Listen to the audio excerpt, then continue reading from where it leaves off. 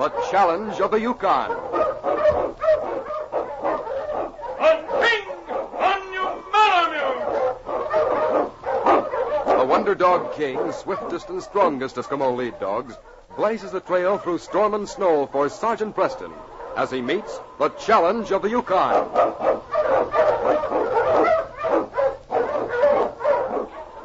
Sergeant Preston was typical of the small band of Northwest Mounted Police who preserved law and order in the new Northwest country, where the greed for wealth and power led frequent violence and bloodshed. But in spite of the odds against them, Sergeant Preston and his Wonder Dog King met that challenge, and justice ruled triumphant.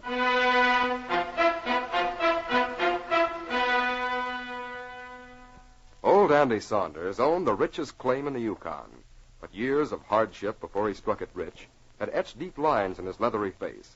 Those lines, however, were softened by happiness as he sat at a corner table in the Gold Circle Cafe.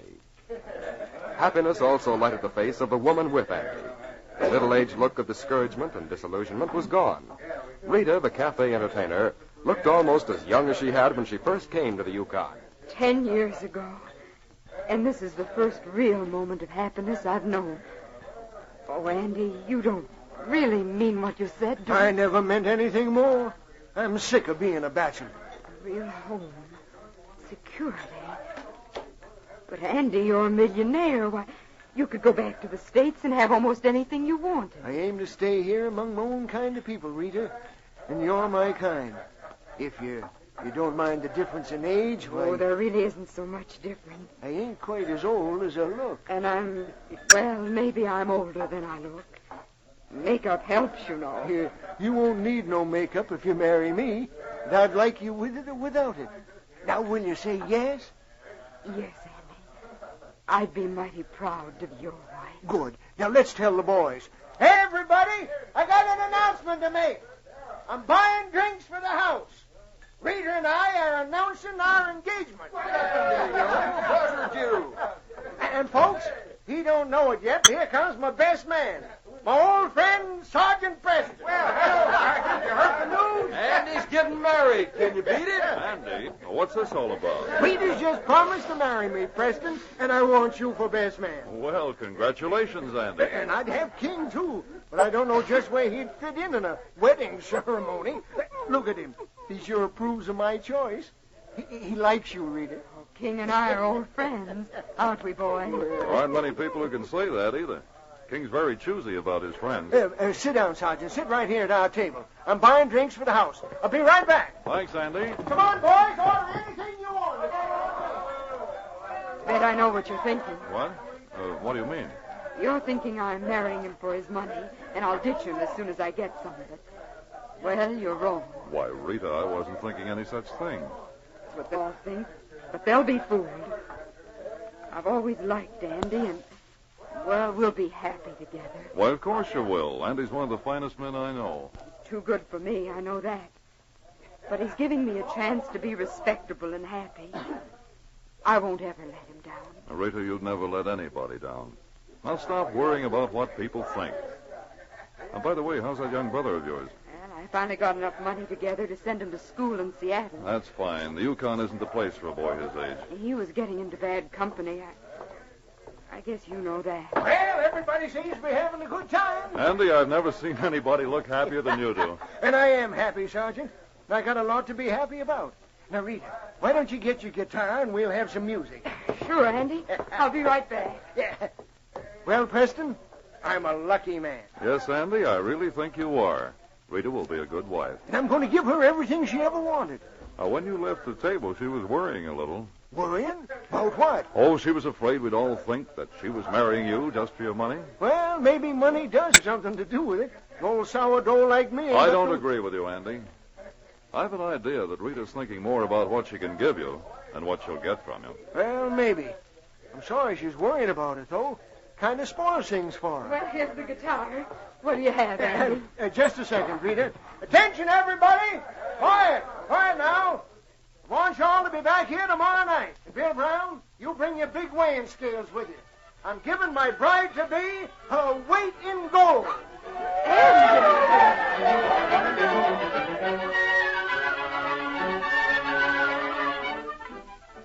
Rita's heart sang as she entered her cabin after the weighing had taken place. $30,000.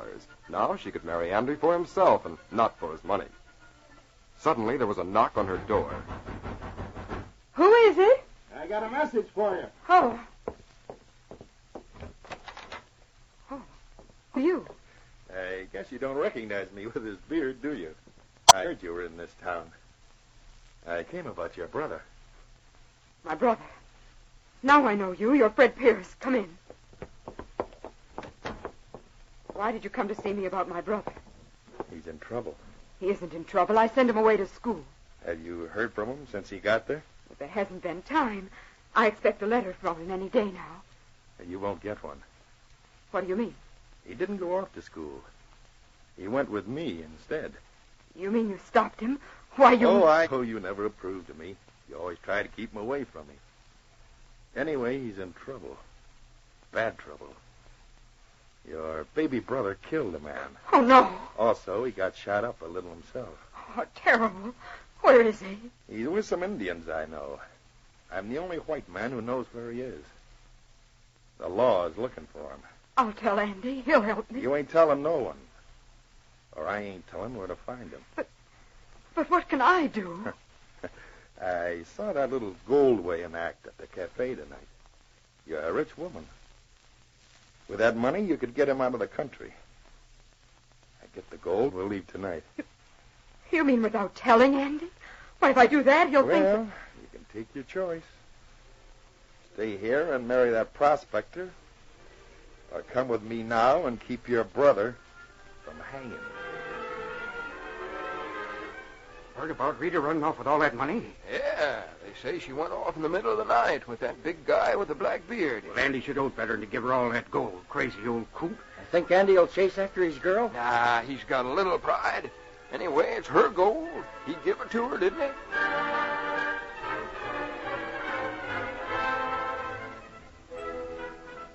Well, I guess there's no fool like an old fool, Sergeant. Rita sure has made a laughing stock out of me. I can't believe it, Andy. It isn't like Rita. Yeah, she sure fooled all of us. Guess I'll just have to call it a bad gamble, that's all. A girl would use all her money to send her kid brother to school. Just doesn't make sense. Postmaster gave me a letter for her this morning. Must be from a brother. It's postmarked Seattle. He said she was anxious to get it. She hadn't heard from him since he left. Andy, Rita might be in trouble. She just isn't the kind of person to do anything like this. Why, even King liked her, and he'd take food from her. He's seldom wrong about people. Well, I sure trusted her. I gambled $30,000 on her, didn't I? Andy, will you go with me and try and find her? Why, I couldn't do that. Everybody'd laugh at me. No one will know about it. No, I couldn't do it, Preston. There's something funny about it all. I'm going to find out what's happened to her. Andy, if this is something Rita couldn't avoid, she'd like to know you trusted her. Why don't you come with me? All right, Sergeant, I'll go. But please don't tell the gang.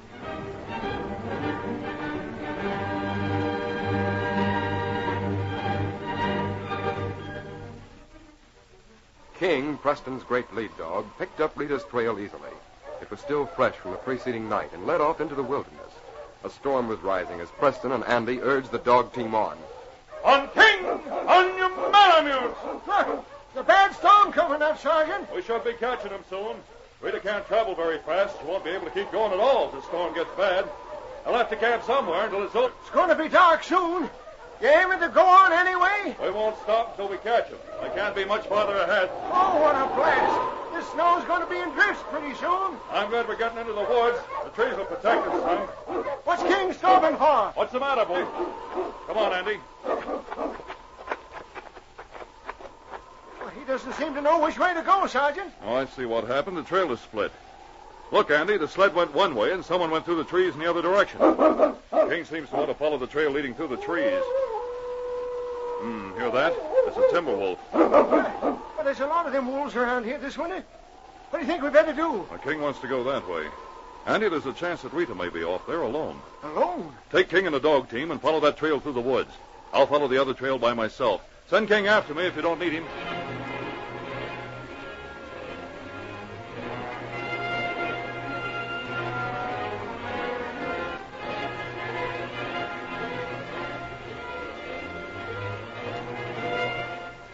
Andy followed King through the woods. The trail zigzagged through the spruce trees. The wind and the howl of the wolves was weird music in the growing darkness. Suddenly, King bounded ahead. What is it, King? Whoa there, boy. Whoa, steady, boy. Why, it looks like a woman lying in the snow. Why, it's Rita. Rita. Oh, Andy. King. Thank heaven you came. Now, Rita, don't try to talk. I'll put you on the sled. Let me carry it. Andy, Pierce, he's gone with the gold. Preston's on his trail, Rita. Now, there you are. I'll wrap you up in these blankets. King, boy, go after Preston. Find Preston, King.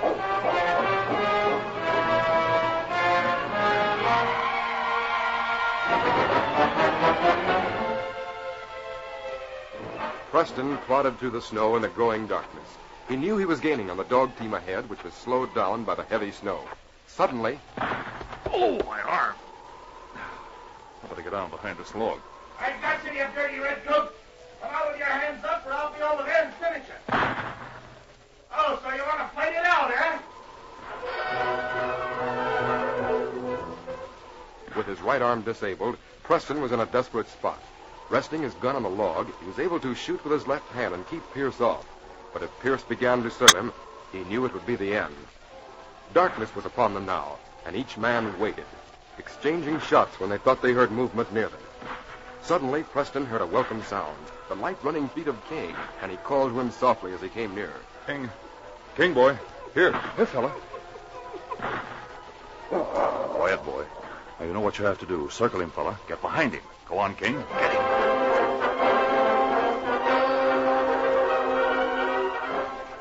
Preston, shooting from behind the log, kept Pierce's attention on himself. At each flash of his gun was an answering flash from that of Pierce.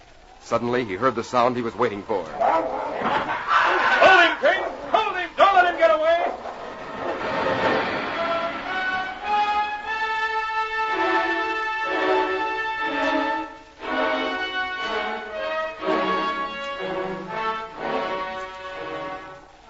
Back on the trail, Andy had made camp.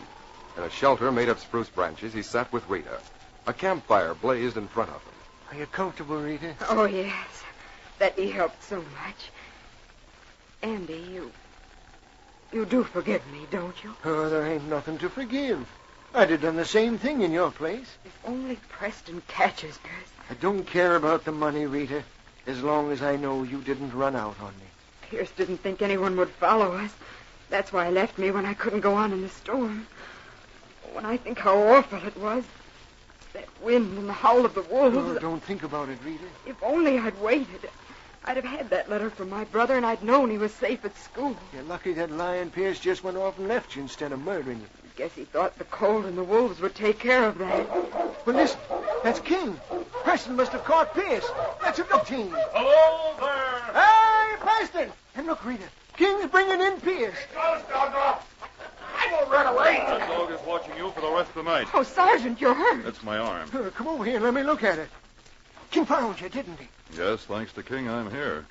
And thanks to King, we caught Pierce, and you have your gold. And don't forget, Sergeant, thanks to King, I have a wife. Yes, fella, the credit's all yours, and the case is closed.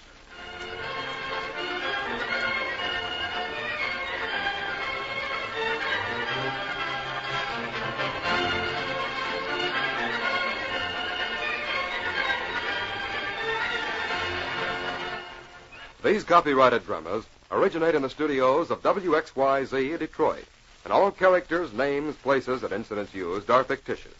They are sent to you each week at the same time and reach you from our transcription studios. Hal Neal speaking. This is the Michigan Radio Network.